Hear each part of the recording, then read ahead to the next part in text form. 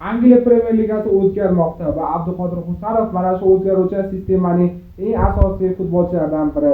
Bejizga u yanvar oyining eng yaxshi futbolchisi sifatida tan olinmadi va biz Abduqodirning eng asosiy 3 xususiyatlari haqida gaplashib o'tamiz.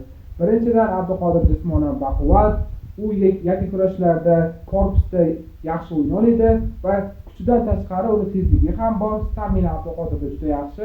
U krosslarda va kichik sprintda uncha-munchasini yutib chiqadi.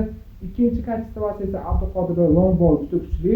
Biz bilamizki, City ortiq mayda paslar bilan hujumga chiqishni xohlamaydi. Ularga long ball uzatuvchi markaziy himoyachi kerak va Abduqodir mana shu sistemada right back hisoblanadi. Va uchinchi masala bu Abduqodirning personal defenderligi. Abduqodir juda yaxshi personalchi. Agar Abduqodirga bironta bir markaziy himoya hujumchini biriktirib bersangiz, u uni cho'ntagida solib chiqadi. Misol uchun Real bilan bo'lgan o'yinda Vinini qanday cover qilganini juda yaxshi bilamiz va oxirgi Galatasaray bilan bo'lgan o'yinda Asenxo'ni o'yinda prosta yeb qo'ydi.